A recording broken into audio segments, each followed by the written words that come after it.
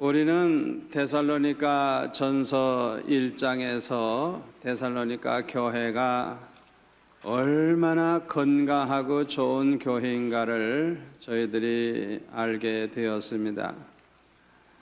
사도 바울은 이 데살로니가 교회를 생각할 때마다 감사하면서 하나님 앞에 기도했다고 했습니다. 이 교회는 믿음의 역사가 있는 교회고 사랑의 수고가 있는 교회고 환난과 핍박을 받을 줄 알면서도 성령의 기쁨으로 말씀을 받고 예수님을 믿는 사람들이었습니다.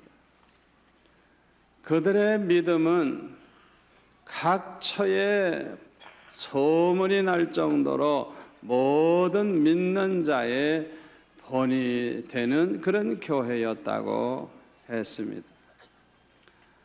비록 3주간 동안 사도 바울이 전도한 곳이지만은 그 3주간 동안에 전한 복음의 그 열매가 얼마나 좋은지 오늘 본문 2장 1절에 보면 사도 바울은 이렇게 말합니다. 형제들아, 우리가 너희 가운데 들어간 것이 헛되지 않은 줄을 너희가 친히 아나니. 그렇습니다.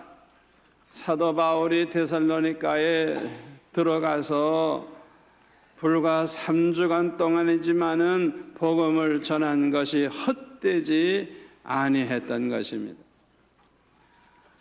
어떻게 생각하면 너무 시간이 없으면 포기할 수도 있죠. 그런데 짧은 기간이지만은 그래도 그것에 들어가서 복음을 전한 것이 헛된 수고가 아니었다는 것입니다. 왜? 그 열매가 아주 너무너무 좋기 때문에. 우리가 복음을 전할 때 당장은 효과를 잘 모릅니다마는 지나고 보면 그 열매가 얼마나 놀라운지 몰라요.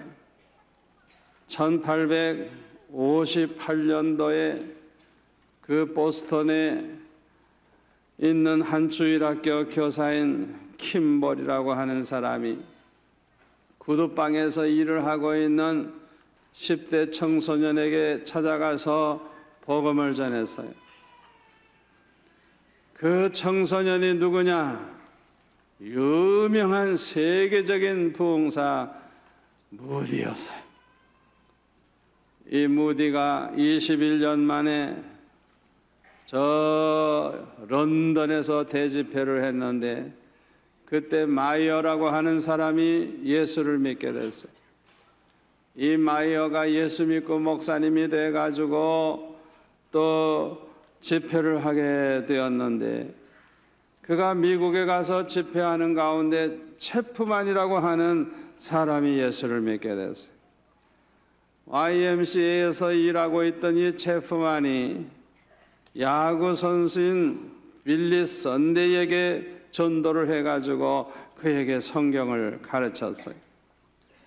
후일에 전도자가 된 이 빌리 선데이는 함이라고 하는 목사님을 모셔서 샬롯이라는 곳에서 3주간 집회를 했는데 너무너무 실망하지 아니할 수가 없었어요. 3주간 동안 집회를 했는데 결신자는 한 사람밖에 없어요. 그것도 12살짜리 소년 하나가 예수 믿겠다고 결신하는 거 하나밖에 없었어요. 그러나 이 소년이 누구냐? 빌리그람이었습니다. 그러니까 우리가 전도할 때 내가 원하는 만큼 많이 결신자가 생기지도 않고 어떤 때는 어린 애 하나 정도 그저 예수 믿겠다고 나온다고 해도 당장은 열매가 없는 것 같지만은 10년, 20년, 30년, 40년 지나고 보면 수천, 수만 명의 영혼을 구원하는 결과가 되는 것을 볼 수가 있는 것입니다. 사도 바울은 3주간 동안 이렇게 데살로니가에 가서 전도했기 때문에 별로 기대할 게 없었는데 열매가 너무너무 좋았어요. 그런데 이 열매는 자기가 전도를 잘해서 뭐 그렇게 열매가 좋은 게 아니고 전적으로 하나님의 은혜였음을 이 사도 바울은 이렇게 고백을 하고 있습니다. 2절에 보면 우리 하나님을 힘입어 많은 싸움 중에 하나님의 복음을 너에게 전하였노라 그랬어요. 우리 하나님을 힘입어, 이것이 바로 성공의 비결이었다는 것입니다. 전지전능하신 그 하나님의 힘을 입어서, 그 하나님의 힘을 입어서 할 때 놀라운 역사가 일어났다는 것입니다. 그뿐만 아니라 하나님의 복음은 복음 자체가 큰 능력이 있기 때문에 역사가 일어난다는 걸 믿으시기를 바랍니다. 미국 애리조나주의 피닉스라고 하는 도시에 사는 어떤 사람이 감옥 생활을 오래 했다가 출감을 했어요. 이 사람은 감옥에서 오직 한 가지 생각만 했어요. 자기를 감옥에 집어넣은 그 악당들을 내가 출감하는 그날 다 죽여버리겠다고, 그냥 이를 빠등빠등 갈면서 원수 갚을 생각만 하고 있다가 출감을 했어요. 그래가지고 꼰총을 완전히 품에 품고 다니는 거예요. 아예 찾아다니면서 다 죽여버리려고. 그런데 이 사람에게 사랑하는 두 아들이 있었습니다. 자기는 뭐 불행하게 이렇게 신세가 돼서 일생을 마치게 되지만은 자기 두 아들만은 자기처럼 되지 않기를 바라는 마음이 있었어요. 그래서 그 원수를 죽이기 전에 먼저 이 두 아들을 데리고 교회 갔어요. 마침 그날 집회가 열리고 있었는데 그 강사 목사님의 설교가 얼마나 은혜가 되는지 막 이 사람의 마음을 감동시키고 있었어요. 설교가 끝난 다음에 그리스도를 모시고 새로운 인생으로 살아갈 사람은 앞으로 나와서 주님을 영접하십시오 하는 말을 할 때 성령의 감동을 받아가지고 앞으로 나가지 아니할 수가 없어서 눈물을 흘리면서 두 아들의 손을 잡고 앞으로 나아갔어요. 사람들이 보는 앞에서 꼰총을 꺼내가지고 목사님한테 드리면서 이렇게 말했습니다. 여러분, 나는 오늘 밤에 한 사람을 쏘아 죽이려고 총을 품에 품고 나온 악한 사람입니다. 그러나 하나님의 사랑, 그 하나님의 복음은 나를 새 사람으로 만들어 주신다는 걸 깨달았습니다. 나는 이제부터 새롭게 살렵니다. 오늘 이후로는 꼰총을 들고 가는 것이 아니라 하나님의 말씀인 성경을 들고 나를 감옥에 보냈던 사람을 계속 찾아다니겠습니다. 할렐루야. 하나님의 말씀, 이 복음은 능력이 있는 것입니다. 능력이 있는 거예요. 사도행전 20장 22절에 보니까 사도 바울은 이렇게 말합니다. 보라, 이제 나는 성령에 매여 예루살렘으로 가는데 거기서 무슨 일을 당할는지 알지 못하노라. 오직 성령이 각성에서 내게 증언하여 결박과 환난이 나를 기다린다 하시나 내가 달려갈 길과 주 예수께 받은 사명과 하나님의 은혜의 복음을 증언하는 일을 마치려 하면은 나의 생명조차 조금도 귀한 것으로 여기지 아니하노라. 보라, 내가 여러분 중에 왕래하며 하나님의 나라를 전파하였으나 이제는 여러분이 다 내 얼굴을 다시 보지 못할 줄 아노라. 지금 이제 순교할 걸 벌써 예감하고 있는 거예요. 그러니까 이제 내가 마지막 여러분을 뵙는 것이라고 말을 하는 것이죠. 31절에 보니까 그러므로 여러분이 일깨요 내가 3년이나 밤낮 쉬지 않고 눈물로 각 사람을 훈계하던 것을 기억하라. 지금 내가 여러분을 주와 및 그 은혜의 말씀에 부탁하노니 그 말씀이 여러분을 능히 든든히 세우사 거룩하게 하심을 입은 모든 자 가운데 기업이 있게 하시리라. 여러분을 주와 및 그 은혜의 말씀에 부탁하노니 그랬어요. 어떻게 이렇게 말씀에 부탁할 수가 있겠습니까? 하나님의 말씀은 그 자체가 능력을 가지고 있기 때문인 것입니다. 하나님의 복음에는 능력이 있기 때문인 것입니다. 3년 동안 열심히 눈물을 흘리며 말씀을 전했는데 그 말씀이 역사할 것을 믿고 이렇게 말하는 것입니다. 로마서 1장 16절에 보면 내가 복음을 부끄러워하지 아니하노니 이 복음은 모든 믿는 자에게 구원을 주시는 하나님의 능력이 됨이라. 아멘. 복음에는 구원의 능력이 있는 것입니다. 그런데 본문 2절에 보면 사도 바울은 데살로니가 지방에 오기 전에 빌립보에서 많은 고난과 능력을 당하였다고 말을 하고 있습니다. 사실 어디를 가서 복음을 전하든지 항상 핍박하는 사람들이 있었어요. 여기서 우리가 무엇을 깨닫게 되는가 하니 선교는 고난과 함께 이루어진다고 하는 사실인 것입니다. 선교하려고 하면 반드시 고난이 있는 것입니다. 순교자가 나오고 어려움을 당하는 사람이 많이 생겨나는 것입니다. 사도행전 14장 8절 이하에 보니까 바울과 바나바가 루스드라에서 전도를 하다가 태어나서부터 걸어본 적이 없는 사람, 안진뱅이죠. 걸어본 적이 없는 사람을 일으켜가지고 걸어가게 하는 그런 기적이 일어났어요. 굉장하죠. 그런데 19절에 보니까 유대인들이 안디옥과 이고니온에서 와가지고요, 무리를 충동하니 그들이 돌로 바울을 쳐서 죽은 줄로 알고 시외로 끌어내치니라. 복음을 전하는 이 귀한 종들에게 막 기적이 일어나는데 또 얻어 터지는 거예요. 희한하죠.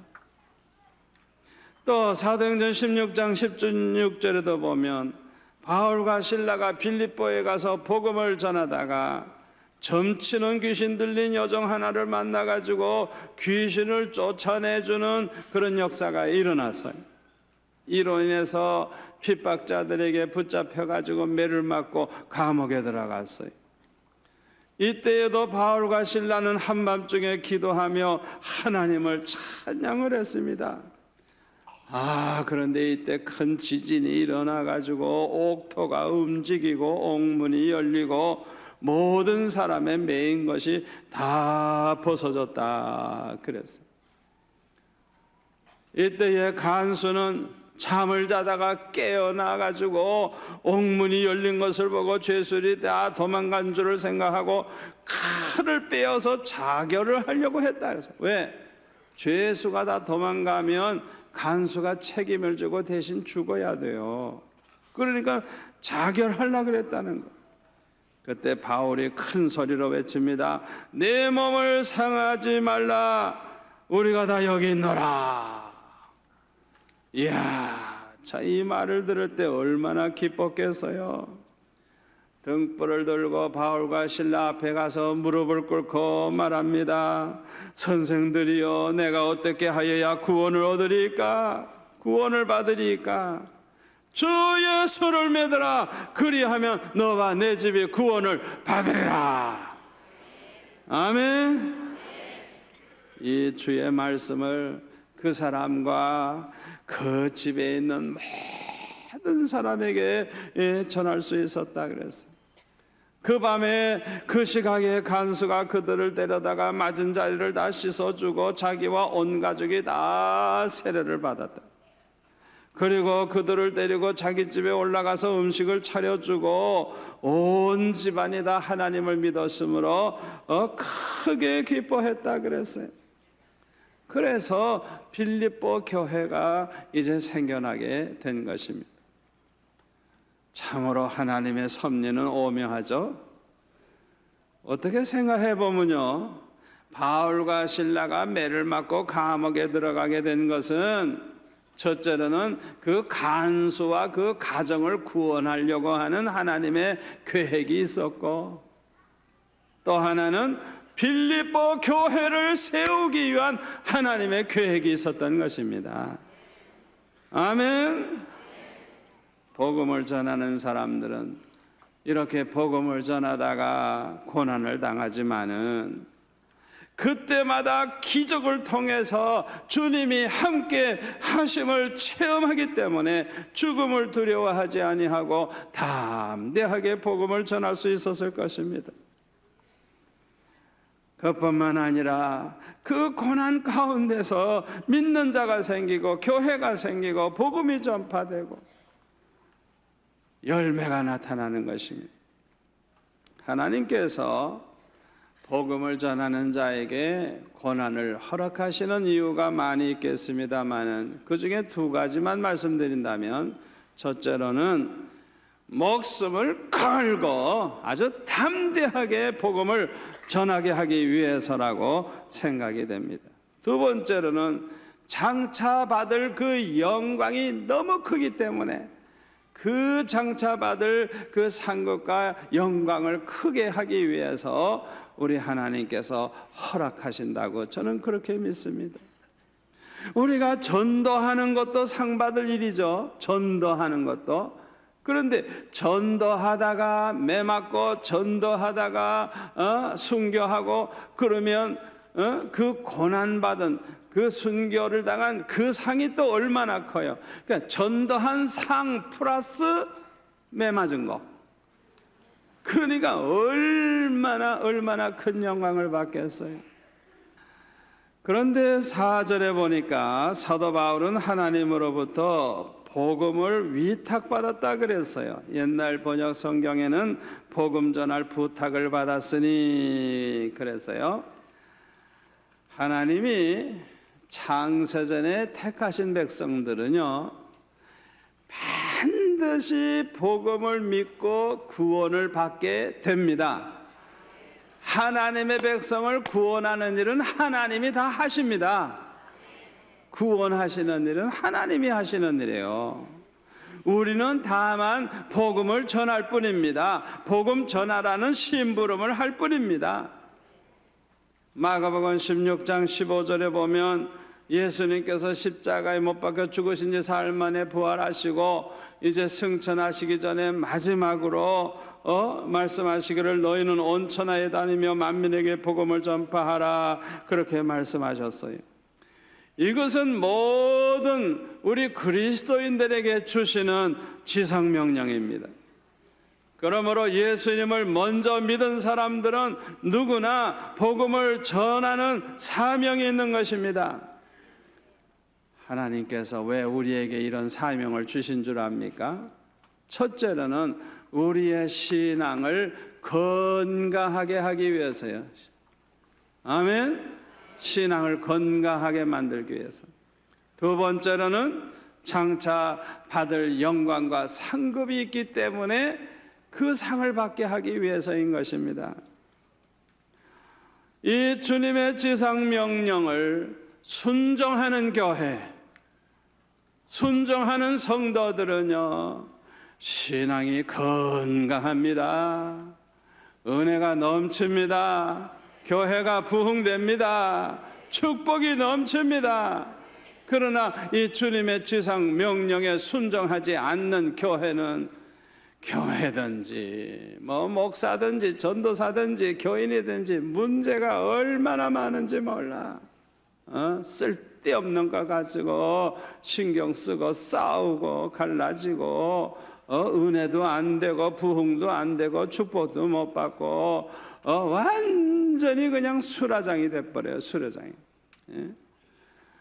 여러분, 이 주님의 지상 명령에 순종하시기를 바랍니다. 그런데 4절에 보니까요, 오직 하나님께 옳게 여기심을 입어 복음을 위탁받았으니 우리가 이와 같이 말하면 사람을 기쁘게 하려 함이 아니요 오직 우리 마음을 감찰하시는 하나님을 기쁘시게 하려 함이라 그랬어. 여기서 우리는 복음을 전하는 자가 가져야 할 자세가 어떠해야 되는지를 배우게 됩니다. 첫째로 사도 바울은 사람을 기쁘게 하려고 하지 않고 하나님을 기쁘시게 하려고 했다 그랬어요. 이건 우선순위의 문제예요. 사람 비유 맞추고 사람만 기쁘시게 하다가 보면 하나님을 멀리하기가 쉽거든요. 그러나 우리가 하나님을 기쁘시게 해드리려고 하다가 보면 그 사람은 사람도 기쁘게 해주는 자가 될 줄 믿습니다. 잠언 16장 7절에 보면 사람의 행위가 여호와를 기쁘시게 하면 그 사람의 원수라도 그와 더불어 화목하게 하시느니라 그랬어요. 두 번째로 사도 바울은요, 아첨의 말을 쓰지 않았다 그랬어요. 아첨의 말을 하지 않았다는 거예요. 5절에 보면 왜 아첨의 말을 하게 됩니까? 이기적인 목적을 가지고 있기 때문에 그렇죠. 좀 한자리 하지 않을까, 출세 좀 해보려고 찾아가서 아첨을 하죠. 또 사업상 뭐 또 혜택을 좀 받아가지고 돈도 좀 벌어볼까 그래가지고 가서 아첨을 하죠. 이 아첨하는 이 말과 행동은 이거는 아주 그 이기적인 욕심 때문에 그런 짓을 하는 거예요. 하나님의 종은 절대로 아첨하는 말은 하지 않아야 될 줄 믿습니다. 세 번째로 탐심의 탈을 쓰지 아니했다 그랬어요. 지금도 그렇지만은 바울이 살았던 그 당시에도 돈에 대한 욕심으로 복음을 전하는 사람이 있었다고 합니다. 여러분, 복음을 전하는 사람들이 생계를 목적으로 해서 복음을 전하려고 해서는 안 돼요. 여러분 가운데 혹시 기도원 하려고 하는 분 있습니까? 기도원 해가지고 사람들이 많이 와서 기도하고 헌금도 하니까 먹고 살 걱정도 없고 그거 모아가지고 땅도 사고 돈 벌겠다 그런 생각 가지고 기도원 하려는 사람이 있거들랑 아예 그만두세요. 신앙 다 팔아먹고요, 개털 모졌어요. 목사나 전도사 되겠다고 신학교 가는 사람이 아무리 생각해봐도 요새 사업도 잘 안 되고 직장 가기도 힘드니까 신학교 나가서 목사 전도사 하면 먹을 걱정 없겠지. 생계 목적을 가지고 그렇게 하시면 평생 고생합니다. 교인이 한 명도 안 옵니다. 여러분 그거 아셔야 돼요. 하나님의 일을 생계 목적으로 이용해 먹으려고 그러면 안 돼요. 안 돼요. 우리 교회 여전도사 신학교 가가지고 여전도사 되겠다는 사람이 얼마나 많은지 모르는데 그 중에 생계를 목적으로 먹고 살 생각으로 그렇게 하려고 한다 그러면 아예 그만두셔야 돼요. 나는 얼굴만 봐도 알아요, 누군지. 아주 잘못된 거예요. 병 고치는 막 은사가 나타나가지고 사람들이 막 찾아와.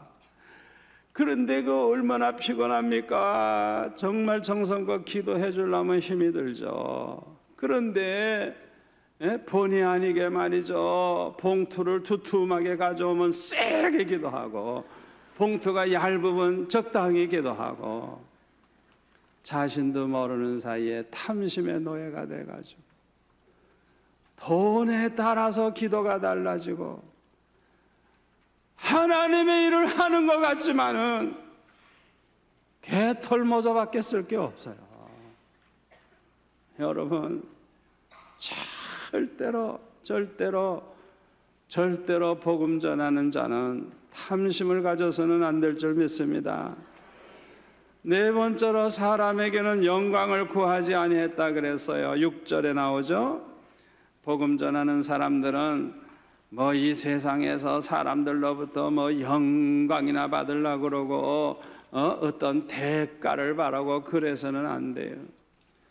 벌써 그런 마음이 있으면요, 사람이 추해져요. 비굴해져요. 얼마나 비겁한 짓을 많이 하는지. 한심한 짓을 해요. 한심한 짓을. 절대로 우리는 이 세상에서 사람들로부터 영광 받으려고 하지 말고 오직 하나님의 영광을 위해서 살아야 될 줄로 믿습니다. 다섯 번째로, 목숨까지라도 기쁨으로 줄 수 있는 사랑하는 마음을 가지고 있었음을 알 수가 있습니다.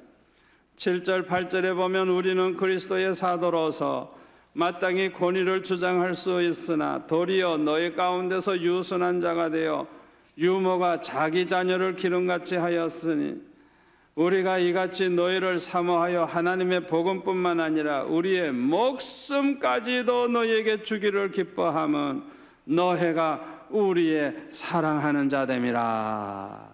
너희가 우리의 사랑하는 자 됨이라.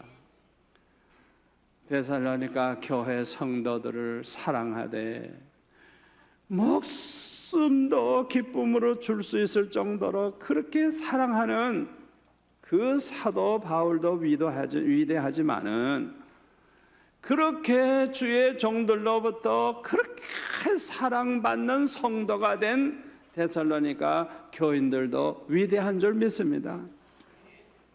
오늘 이 자리에 계신 여러분은 이 데살로니가 교회 성도들처럼 주의 종들이 볼 때 너무너무 사랑스러워서 복음만 주는 게 아니라 목숨까지라도 기쁨으로 줄 수 있는 그만큼 사랑스러운 성도들이 되시기를 축원합니다.